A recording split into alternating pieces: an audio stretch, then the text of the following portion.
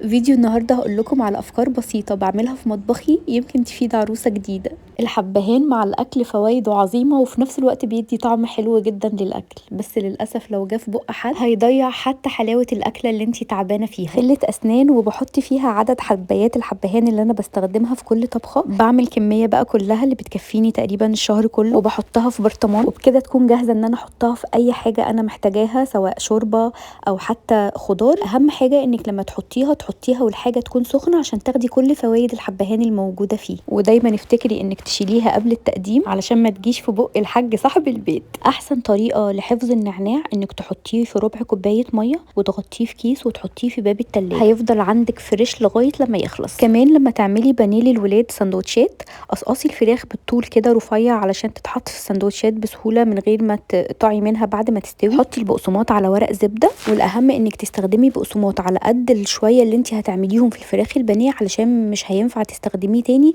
لان هيكون عليه بقايا من البيض. وبكل سهوله هتطبقي الورقه اللي انت عملتي عليها البقسماط وترميها، وبكده تسهلي على نفسك غسيل المواعين. كمان حطي شويه خل على البيض وهو بيتسلق، عمره ما هيفرقع ابدا في الميه، وفي نفس الوقت لما تيجي تقشريه هيتقشر معاكي بكل سهوله. كمان وانت بتطبخي حطي كيس على الرخامه قشري فيه اي حاجه وبعدين ارميه، هيسهل عليكي تنظيف الرخامه وهتفضل دايما نظيفه. لو عجبكم الفيديو ما تنسوش اللايك والشير.